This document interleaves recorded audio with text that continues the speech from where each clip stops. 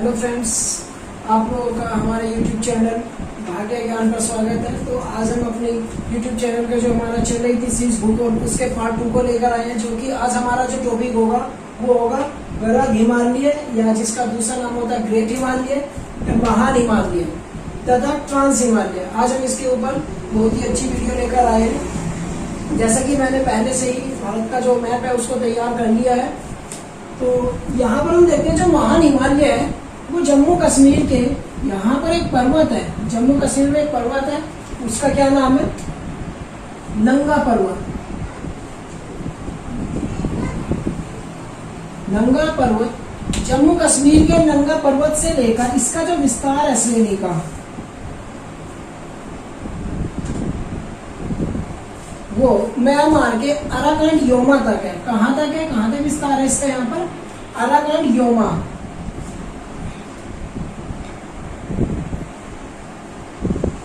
Arakan Yoma पर्वत श्रेणी तक इसका विस्तार है। ये जो पर्वत श्रेणी है इस पर विश्व की सबसे बड़ी चोटियां, लगभग 10 चोटियां इस पर ही स्थित है। तो अगर हम देखते हैं विश्व की लगभग 10 सबसे बड़ी चोटियां इसी श्रेणी पर है। इसका क्या नाम है? वृहद हिमालय। क्या नाम मित्रों? इसका नाम होगा आपका वृहद हिमालय या ग्रेट हिमालय। ग्रेट हिमालय इस श्रेणी का नाम है। जब ये श्रेणी आगे बढ़ती हुई अफगानिस्तान में चली जाती है, कहाँ पर चली जाती है? अफगानिस्तान में, तो इसका नाम अलग हो जाता है। अफगानिस्तान में इस श्रेणी को क्या बोलते हैं? हिंदू कुश। क्या नाम होता है इसका? हिंदू कुश पर्वत श्रेणी।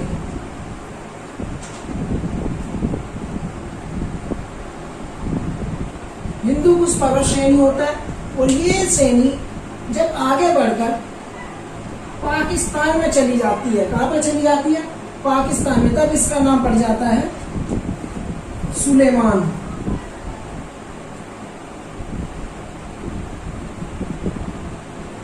क्या श्रेणी का इसका नाम पड़ जाता है तो? सुलेमान। दोस्तों याद रखना आप लोग, जो भारत के जो महान हिमालय जो है, महान हिमालय ये जम्मू कश्मीर के नंगा पर्वत से लेकर अरुणाचल प्रदेश के नामचा पर्वत तक इसका विस्तार है।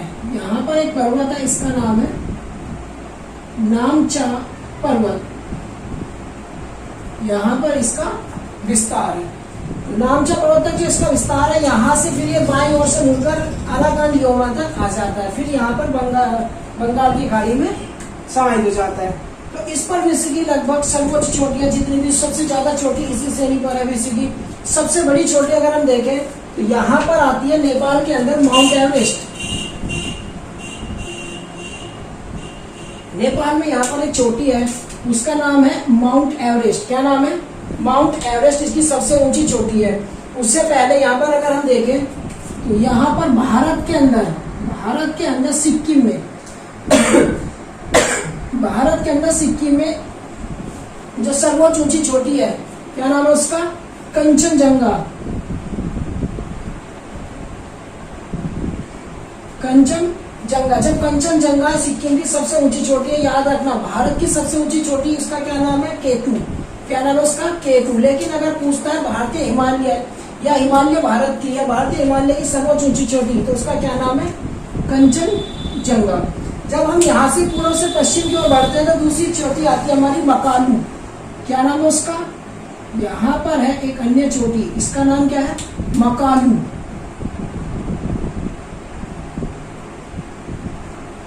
क्या नाम आता है? मकालू। उसके बाद हम आगे चलते हैं, तब यहाँ पर हमें दिखाई देती है विश्व की सबसे ऊंची चोटी माउंट एवरेस्ट। विश्व की सबसे ऊंची चोटी एवरेस्ट 4848 कितनी ऊंचाई है इसकी? 8848 मीटर। याद रखना। लेकिन जब सर्दियों में इसकी जो लंबाई होती है, सर्दियों में जो इसकी ऊंचाई होती है 2 मीटर बढ़ जाती है। तो आपको कुछ किताबों में देखने को मिल सकता है 8850, क्योंकि वहां पर क्या होता है जब सर्दियां आती है तो वहां पर जो ग्लेशियर होते हैं वो जम जाते हैं, लगभग 2 से 3 मीटर ऊंचाई और इसकी बढ़ जाती है। तो सर्दियों में इसकी ऊंचाई लगभग 2 मीटर बढ़ जाती है, 8850 जाती है। वैसे एवरेजली अगर इसकी लगाए तो इसकी जो ऊंचाई होती है वो होती है 8,848। ये विश्व की सबसे ऊंची चोटी है, विश्व की सबसे ऊंची चोटी है। याद रखना, सबसे पहला आता है आपका नामचा पर्वत आता है, अगर पूर्व से हम पश्चिम की ओर चलते हैं, फिर कंचनजंगा आता है। कंचनजंगा हिमालय पर्वत की सर्वोच्च ऊंची चोटी है, कंचनजंगा, ये आपको याद रखना है। दूसरा जो आता है वो आता है मकालू, फिर आता है माउंट एवरेस्ट आता है। जो कंचनजंगा वो है 8,597, याद रखना आपको 8,597 मीटर, 8,597 मीटर। फिर कंचनजंगा हो जाता है, फिर एवरेस्ट हो गया है आपका।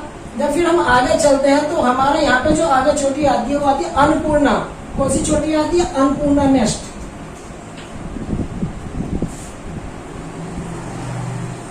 इस चोटी का नाम है अन्नपूर्णा, हिमालय पर्वत की चोटी है, अन्नपूर्णा आती है। उसके बाद हम यहाँ देखते हैं भारत में, जब आगे हम चलते हैं तो भारत के अंदर आ जाती है अन्नपूर्णा चोटी के बाद इसमें आती है नंदा देवी है। कौन सी है? यहाँ पर नंदा देवी, नंदा देवी है। यहीं पर त्रिशूल है, नंदा देवी है, त्रिशूल है। उसके बाद बद्रीनाथ है, केदारनाथ है, त्रिशूल, बद्रीनाथ, केदारनाथ। यहीं पर ये छोटी छोटी चोटियां हैं, बद्रीनाथ, केदारनाथ, त्रिशूल, इस टाइप की यहाँ पर चोटियां हैं। जब हम थोड़ा सा आगे जाते हैं तो फिर आती है हमारी बंदाकुच। यहाँ पर कौन सी है? बंदाकुच, बहुत ही ज्यादा फेमस चोटी है।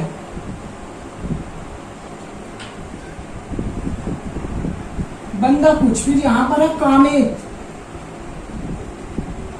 ये हिमालय पर्वत की सर्वोच्च ऊंची चोटियां हैं।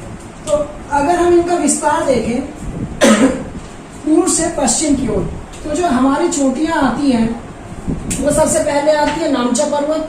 नामचा पर्वत के बाद आती है कंचनजंगा, जो हिमालय पर्वत की भारत की सबसे ऊंची चोटी है, 8,597 मीटर। उसके बाद आती है मकालू, नेपाल के अंदर है। एवरेस्ट हो गया, फिर हो गया अन्नपूर्णा। एक धौलागिरी भी है, धौलागिरी भी यहीं पर है। धौलागिरी कौन सी है? धौलागिरी।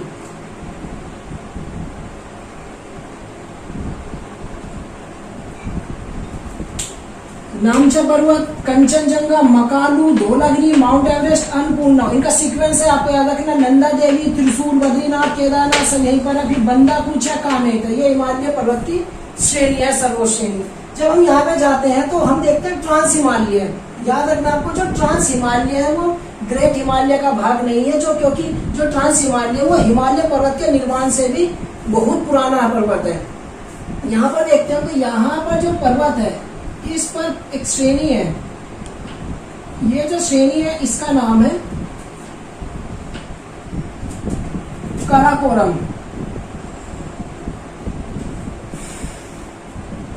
कौन सी श्रेणी है? काराकोरम पर्वत श्रेणी। उसके बाद यहां से थोड़ा सा अगर नीचे देखते हैं, यहां पर दूसरी श्रेणी है। ये क्या है? लद्दाख।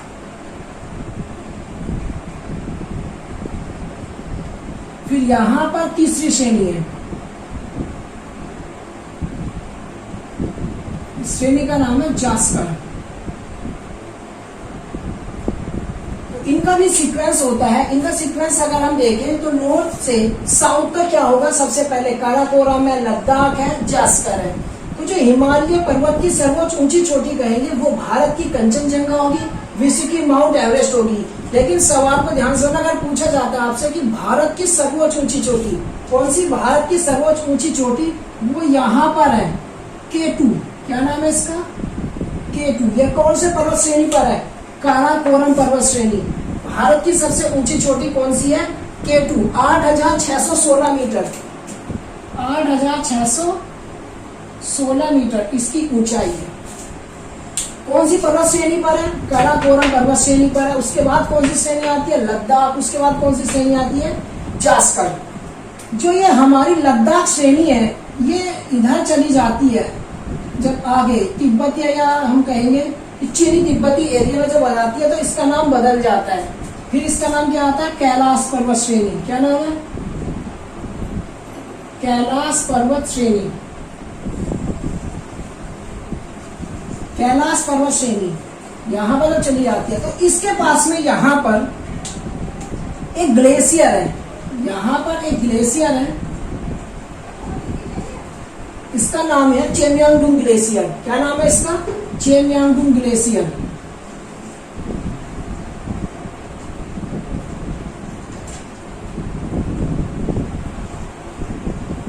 बहुत ही ज्यादा फेमस है चेमयांगडुंग हिमनद या ग्लेशियर। इसके पास में जब ये ग्लेशियर पिघलता है, ये जब पिघलता है इसके पानी से यहाँ पर एक झील का निर्माण होता है।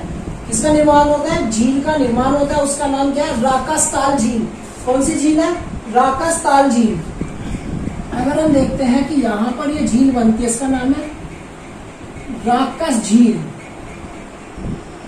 राकस झील ये बहुत ही ज्यादा फेमस झील है। क्यों? क्योंकि इससे दो नदियों का निर्माण होता है। कौन कौन सी नदी? एक तो सिंधु नदी और एक ब्रह्मपुत्र नदी। दो नदियों का निर्माण होता है। यहाँ से एक नदी निकल कर चली जाती है पाकिस्तान में।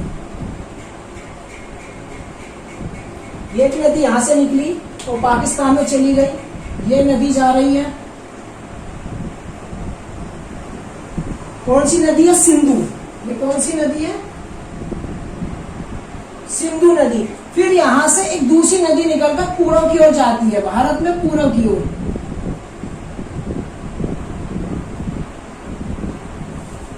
भारत में पूर्व की ओर जाती है नदी। इस नदी का क्या नाम है? ब्रह्मपुत्र नदी। कौन सी नदी? ब्रह्मपुत्र नदी।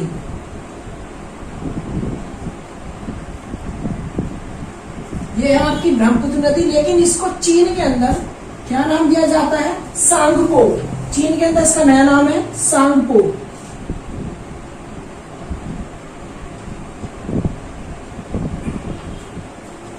चीन, यहां से याद रखना है कौन सी झील है? राकास्ताल झील। राकास झील से दो नदियों का निर्माण होता है। कौन कौन सी नदी होती है?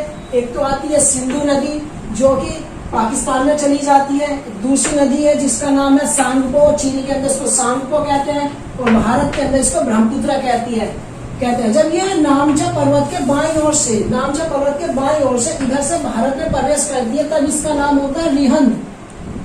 क्या नाम होता है इसका? रिहंद।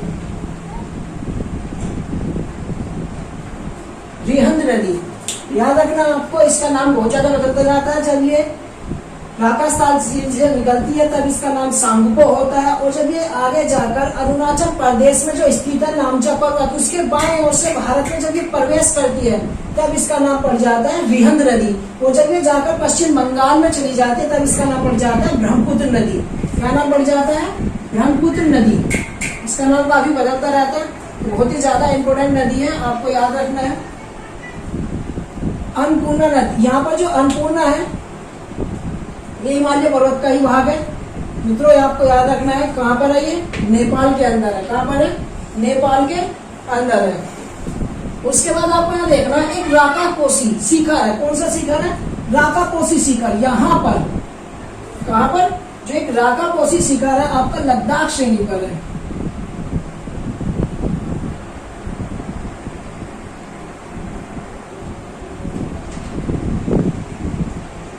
राकापोसी,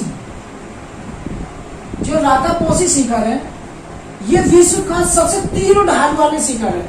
विश्व का सबसे तीव्र ढाल वाला शिखर पर्वत, विश्व का सबसे तीव्र ढाल।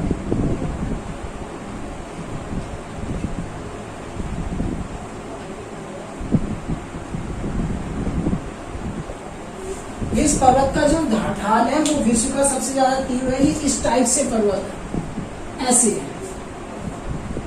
तो याद रखना राकापोसी जो पर्वत है वो कहाँ पर है? जम्मू कश्मीर के अंदर है। कहाँ पर है? जम्मू कश्मीर के अंदर है। बहुत ही ज्यादा इंपोर्टेंट है। आपको हमने बताया कि याद रखना जो ट्रांस हिमालय, इसके अंदर 3 श्रेणियां हैं। काराकोरम श्रेणी है, उसके जस्ट बाद में आती है लद्दाख श्रेणी, उसके बाद में आती है जास्कर श्रेणी। काराकोरम, लद्दाख और जास्कर, ये बहुत ही ज्यादा। जो काराकोरम श्रेणी है उसका जो लद्दाख है, काराकोरम श्रेणी पर विश्व की, भारत की सबसे ऊंची चोटी, क्या नाम है उसका? केटू। इसका दूसरा नाम भी है गॉडविन ऑस्टिन। गॉडविन ऑस्टिन या केटू स्थित है। इसकी जो ऊंचाई है वो 8,616 मीटर है। उसके बाद में हमारा आता है लद्दाख, जो लद्दाख श्रेणी है ये आगे जब आगे बढ़ जाती है, चीन की साइड में जाती है, तब इसका नाम पड़ जाता है कैलाश पर्वत श्रेणी। क्या नाम पड़ जाता है? कैलाश पर्वत श्रेणी। इसी के पास में यहाँ पर एक ग्लेशियर है जिसका नाम है चेमयांगडुंग ग्लेशियर, चेमयांगडुंग हिमनद। जब इसके पिघलने से जो पानी इकट्ठा होता है वहां से झील का निर्माण होता है। उसका क्या नाम है झील का? राकास झील। क्या नाम है उस झील का? राकास झील। राकास झील से दो बहुत बड़ी नदियां निकलती है। पहली नदी आपकी निकलती है सिंधु नदी, जो भारत से होती हुई पाकिस्तान चली जाती है, जो लद्दाख और जास्कर श्रेणी, कौन सी श्रेणी है? लद्दाख और जास्कर श्रेणी के मध्यम से गुजरती है। लद्दाख और जास्कर श्रेणी को मध्यम से काटते हुए भारत में होते हुए पाकिस्तान में चली जाती है। फिर उसके बाद में यहाँ से पूर्व की ओर एक दूसरी नदी जाती है, उसका नाम क्या है? सांगपो। चाइना के अंदर इसको क्या बोलते हैं? सांगपो। जब ये नामचा पर्वत से के बाईं ओर से भारत में प्रवेश करती है तो इसका नाम पड़ जाता है रिहंद नदी। और भारत के पश्चिम बंगाल में आने के बाद इसको ब्रह्मपुत्र नदी के नाम से जाना जाता है। हम देखेंगे और सिंधु नदी है। सिंधु नदी पर एक बहुत ही ज्यादा पाकिस्तान का फेमस शहर है जिसका नाम है कराची। क्या है यहाँ पर? कराची। कई बार क्वेश्चन पूछा जा चुका है कि कराची किस नदी के किनारे स्थित है, तो याद रखना जो कराची है वो सिंधु नदी के किनारे स्थित है। कौन सी नदी के किनारे स्थित है? यहाँ पर ये सिंधु नदी है, इसके किनारे पर स्थित है। कौन सा शहर है पाकिस्तान का? कराची। और यहाँ पर जाके ये कच्छ का रण, क्या है यहाँ पर? कच्छ का रण, उसमें जाके समाप्त हो जाती है नदी। तो हमारा जो मेन पॉइंट था वो आप लोगों को आज वृहद हिमालय जो है इसकी सबसे बड़ी चोटियों का विस्तार कराना था, समझाना था कि पूर्व से अगर हम पश्चिम तक देखते हैं तो इसकी जो बड़ी बड़ी चोटियां हैं वो कौन कौन सी है। सबसे पहले नामचा पर्वत आती है, उसके बाद कंचनजंगा आती है जो हिमालय पर्वत की सर्वोच्च ऊंची चोटी है। इसकी ऊंचाई कितनी है? 8,597 है। उसके बाद हम आगे जाते हैं, मकालू आती है, मकालू के बाद धौलागिरी है, एवरेस्ट है, अन्नपूर्णा है। ये चारों कहाँ पर है? नेपाल के अंदर है। फिर आगे जाते हैं नंदा देवी है, त्रिशूल है, बद्रीनाथ है, ये सभी कहाँ? उत्तराखंड में आती है। उसके बाद बंदाकूच है, कामेत है, ये हिमालय पर्वत श्रेणी है। फिर आगे जाते हैं जो जम्मू कश्मीर में आती है वो होती है आपका नंगा पर्वत। ये कहाँ पर है? ये ना नंगा पर्वत श्रेणी है। कौन सी है? नंगा पर्वत की श्रेणी पर स्थित है। ये वृहद हिमालय, ग्रेटर हिमालय और महान हिमालय पर स्थित है। यदि दोस्तों आप लोगों को हमारी वीडियो अच्छी लगी हो तो प्लीज हमारे चैनल को सब्सक्राइब करें, लाइक करें और वीडियो को आगे से अपने दोस्तों तक आगे से ज्यादा शेयर करें। दोस्तों यहाँ पर थोड़ा सा हम इधर मैप के साथ हेल्प लेंगे, कर्क रेखा के बारे में समझेंगे। जैसा कि मैंने अभी आपको इधर ट्रांस हिमालय बताया है और ग्रेटर हिमालय बताया था, इसके साथ साथ हम जो कि बहुत ही ज्यादा इंपॉर्टेंट है कर्क रेखा, इसको देख लेते हैं। जो कर्क रेखा है भारत को ठीक मध्यम से गुजरती है, 23.5 डिग्री है। तो हम यहाँ पर देखेंगे कहाँ पर है? 23.5 डिग्री। यहाँ से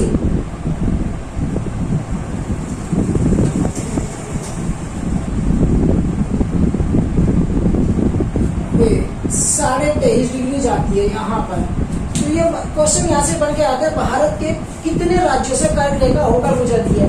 तो सबसे पहले हम देखेंगे यहाँ पर जो भारत जो सबसे पहले राज्य से गुजरती है वो गुजरात से कर्क रेखा, और बहुत छोटी सी सीमा बनाते हुए ये राजस्थान से जाती है। तो सबसे पहले आता है हमारा गुजरात, उसके बाद आता है राजस्थान से यहाँ से बहुत छोटी सी सीमा बनाती है। गुजरात हो गया, राजस्थान हो गया, फिर मध्य प्रदेश के ठीक मध्यम से गुजरती है। कहाँ से? मध्य प्रदेश के ठीक मध्यम से गुजरती है। उसके बाद आता है नंबर 4 पर छत्तीसगढ़, नंबर 4 पर छत्तीसगढ़ आता है। उसके बाद झारखंड, नंबर 5 पर आता है झारखंड। झारखंड की राजधानी रांची, वो कर्क रेखा के ठीक ऊपर स्थित है। ये क्वेश्चन कई बार पूछा जा चुका है, इंपोर्टेंट क्वेश्चन है, याद रखना, नोट कर लीजिए कि किस शहर की या किस राज्य की राजधानी कर्क रेखा के ऊपर स्थित है। तो याद रखना झारखंड की राजधानी क्या है यहाँ पर? रांची। ये कर्क रेखा पर ही स्थित है। उसके बाद अगर हम जाते हैं, उसके बाद हमारा आता है पश्चिम बंगाल। कौन सा आता है? पश्चिम बंगाल के बाद आता है त्रिपुरा, उसके बाद मिजोरम। तो कितने राज्यों से कर्क रेखा होकर गुजरती है? भारत के 8 राज्यों से कर्क रेखा होकर गुजरती है। नंबर 1 गुजरात, नंबर 2 पर आता है राजस्थान, नंबर 3 पर मध्य प्रदेश, नंबर 4 पर छत्तीसगढ़, नंबर 5 पर आपका आता है झारखंड, नंबर 6 पे आता है पश्चिम बंगाल, 7 पर मिजोरम है और 8 पर त्रिपुरा है। लगभग 8 राज्यों से होकर भारत की कर्क रेखा गुजरती है। उसके बाद हम देखते हैं भारत की मानक समय रेखा वो कितनी है? भारत की जो मानक समय रेखा है वो 82.5 डिग्री है। 82.5 डिग्री लगभग यहाँ पर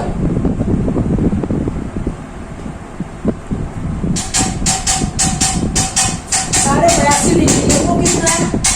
382 डिग्री जो भारत की मानक समय रेखा है, ये उत्तर प्रदेश का जो इलाहाबाद है शहर है, उत्तर प्रदेश का जो इलाहाबाद शहर है, वहां पर एक नैनी, क्या स्थान का नाम है वहां पर, नैनी से ठीक खींची गई है भारत की मानक समय रेखा, जो भारत को दो बराबर हिस्सों में, पूर्वी और पश्चिमी हिस्सों में विभाजित करती है। और यहाँ का जो मानक समय रेखा है वो पूरे भारत का समय रेखा माना जाता है।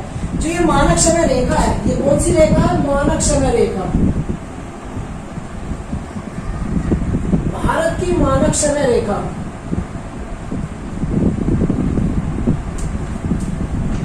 भारत की जो मानक समय रेखा है, ये विश्व की मानक समय रेखा कौन सी, ग्रीनविच जो लंदन के अंदर खींची गई है, उसकी मानक समय रेखा से 5.5 घंटे आगे है।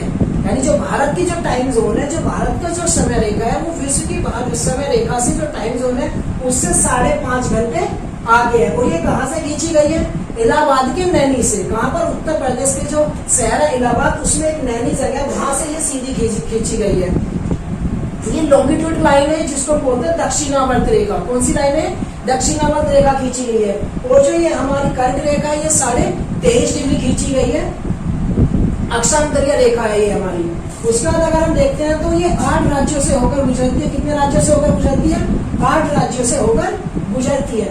तो हम देखेंगे जो अभी हाल ही में 2019 में लद्दाख और जम्मू कश्मीर, ये 2 नए केंद्र शासित प्रदेशों का निर्माण हुआ है। जो जम्मू कश्मीर है, इसको काटकर 2 केंद्र शासित प्रदेशों में बना दिया गया है। पहले कितने थे, 29 राज्य थे और 7 केंद्र शासित प्रदेश थे। अब जो जम्मू कश्मीर है, उसको काटकर एक केंद्र शासित प्रदेश बना दिए गए हैं। तो अब रह गए कितने हैं पूर्ण शासित राज्य, वे रह गए यहाँ पे 28। और केंद्र शासित प्रदेश 7 में 2 जोड़ दो, कितने हो गए, 9। बट इसमें जो दादर और नागर हवेली था और जो दमन दीव था, उनको जोड़कर एक कर दिया गया है। तो केंद्र शासित प्रदेश है आपके 8 और पूर्ण शासित जो प्रदेश है वे यहाँ पे 28। तो हम यहाँ से देखेंगे जो जम्मू कश्मीर का विस्तार था वो ये था, जम्मू कश्मीर का जो विस्तार था वो ये था। यहाँ से काटकर इधर बनाया गया आपका लद्दाख, क्या बना है, लद्दाख, और ये बना है जम्मू कश्मीर। ये बना आपका जम्मू कश्मीर और ये बनाया गया है लद्दाख। दोनों ही केंद्र शासित प्रदेश है, थोड़ा सा माइनस डिफरेंस है। जो लद्दाख है, यहाँ पर विधान परिषद नहीं होगा, विधानसभा नहीं होगी, जम्मू कश्मीर के अंदर होगी। जब यहाँ पर विधान परिषद नहीं होगी, विधानसभा नहीं होगी, तो यहाँ पर शासन किसका रहेगा, तो यहाँ पर उपराज्यपाल, किसका शासन रहेगा, यहाँ पर उपराज्यपाल का शासन होता है। अब हम देखेंगे कि भारत के जो पड़ोसी देश है, भारत के पड़ोसी देशों में अगर हम देखें तो हमारा सबसे पहले आता है पाकिस्तान, नंबर 1 पर आता है पाकिस्तान। नंबर 2 पर हम देखें तो अफगानिस्तान आता है। कौन सा आता है, नंबर 2 पर अफगानिस्तान आता है। नंबर 3 पर चीन आता है, नंबर 3 चीन का आता है। उसके बाद नंबर 4 पर आता है हमारा नेपाल। 4 के बाद 5 पर अगर हम देखते हैं तो भूटान, 6 पर बांग्लादेश, 7 पर म्यांमार आ गया, ठीक है। और एक देश हो रहा 8 से होता है म्यांमार हो गया है, यहाँ पर ये हो गया। 7 देशों से स्थलीय सीमा से बनाता है। और 2 राज्य है, जो भारत है वो 2 समुद्री देशों से सीमा बनाता है। यहाँ पर अगर हम देखेंगे तो एक है श्रीलंका, नंबर 1 पर आता है, और यहाँ पर मालदीव है। एक क्या है, मालदीव, क्या है यहाँ पर, मालदीव, जो 9 नंबर पर है। तो याद रखना भारत कितने पड़ोसी देशों से सीमा बनाता है। तो यदि स्थलीय सीमा की बात होती है तो भारत 7 पड़ोसी देशों से सीमा बनाता है। यदि जलीय की बात होती है कि भारत कितने देशों के साथ जलीय सीमा बनाता है, तो 2, मालदीव और यहाँ पर आपका श्रीलंका, मालदीव और श्रीलंका। और यदि बात होती है भारत के कुल पड़ोसी देश, तो 2 जलीय सीमा के हुए और 7 स्थलीय सीमा के, तो कुल कितने हो गए, 9। तो जो भारत है कुल 9 देशों के साथ सीमा बनाता है। फिर इनमें सबसे बड़ी सीमा किसकी है, तो सबसे बड़ी सीमा बनाता है वो कौन सा है आपका, बांग्लादेश। और सबसे छोटी सीमा जो बनाता है वो आपका अफगानिस्तान। अफगानिस्तान भारत के साथ सबसे छोटी सीमा बनाता है, और बांग्लादेश भारत के साथ सबसे बड़ी सीमा का विस्तार रखता है। उसके बाद हम देखते हैं इधर बंगाल की खाड़ी है, और यहाँ पर क्या है, अरब सागर। तो यहाँ पर जो श्रीलंका, थोड़ा कैमरा नीचे लेना, दिखाई दे रहा श्रीलंका, दिखाई। तो जो यहाँ पर श्रीलंका है, ये श्रीलंका, ध्यान से यहाँ से एक ब्रिज निकलता है। ये जो ब्रिज जाता है, ये ब्रिज क्या है, भारत को श्रीलंका को जोड़ता है। कौन सा ब्रिज है ये, आदम ब्रिज। इसका नाम क्या है, आदम ब्रिज।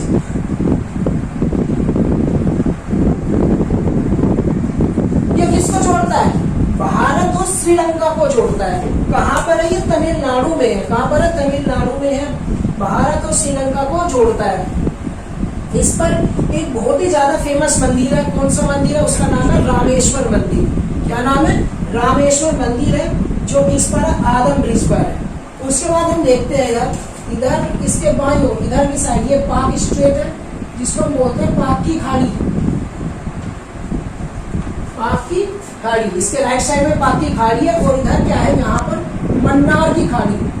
इसकी खाड़ी है मन्नार की खाड़ी, मन्नार की खाड़ी। आदम ब्रिज किसको जोड़ता है, आदम ब्रिज श्रीलंका और भारत को जोड़ता है। रामेश्वर मंदिर कहाँ पर है, रामेश्वर मंदिर आदम ब्रिज पर स्थित है। जो आदम ब्रिज है उसके बाईं ओर, उसके बाईं ओर कौन सा ब्रिज है, सॉरी बाईं ओर क्या है, मन्नार की खाड़ी है, और दाईं ओर क्या है, पाक की खाड़ी है। इधर पाक की खाड़ी है और यहाँ पर आपका मन्नार की खाड़ी है। बहुत ही ध्यान से देखना, आपको पाक स्टेट भी बोलते हैं इसको, पाक की खाड़ी, और ये मन्नार की खाड़ी है। यहाँ पर एक जल संधि भी है। कौन सी जल संधि है, उसका नाम क्या है, पाक जल संधि। यहाँ पर ये क्या नाम है इसका, पाक जल संधि। यहाँ पर ये एक संधि है। उसके बाद इधर जाते हैं तो हम थोड़ा सा देखते हैं कि अंडमान निकोबार द्वीप समूह है। अंडमान निकोबार द्वीप समूह, इसकी राजधानी क्या है, पोर्ट ब्लेयर है। फिर अरब सागर में अगर हम देखते हैं तो हिमालय जो केंद्र शासित प्रदेश है भारत का, वो हमारा लक्षद्वीप। क्या है, लक्षद्वीप। इसकी राजधानी क्या है, करावती है। इसके बाद अगर हम इससे कुछ इम्पोर्टेंट टॉपिक देखते हैं तो यहाँ पर ये जो मैंने आपको यहाँ पर नदी बताई थी, वो ये नदी है, यहाँ से निकलती है, यहाँ से जाती हुई ये ऐसे भारत में प्रवेश करती है। किसमें प्रवेश करती है, ये भारत में प्रवेश करती है। यही वो नदी है जिसका नाम क्या है, सांगपो या ब्रह्मपुत्र नदी। कहाँ से निकलती है, राजस्थान से झील निकलती है। थोड़ा कैमरा बोर्ड पे लेना, दिखाई दे रहा हूँ सही। यहाँ पर एक झील और है, क्या नाम है उसका, मानसरोवर झील। यहाँ पर एक छोटी झील और निकलती है, उसका नाम क्या है, मानसरोवर।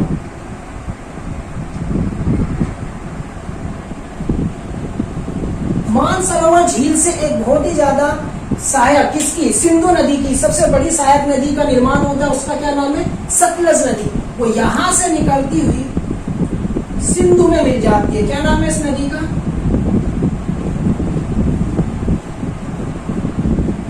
सतलज नदी। यहाँ से निकलती है, बोर्ड में देखेंगे, इधर दिखाइए। यहाँ पर हम देखें तो यहाँ पर ये झील है।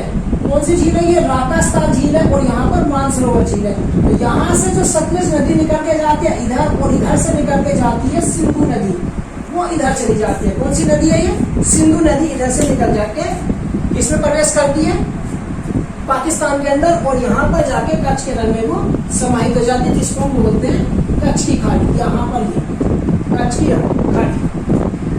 दोस्तों, यदि आप लोगों को हमारी वीडियो अच्छी लगी है तो प्लीज लाइक करें, और यदि आप हमारे चैनल पर नए हैं तो चैनल को सब्सक्राइब करना ना भूलें, और नोटिफिकेशन वाला बेल आइकन भी जरूर दबाएं, जिससे जो भी वीडियो लेकर आते हैं आप पे सबसे पहले पहुंचे। और अपने दोस्तों तक इस वीडियो को शेयर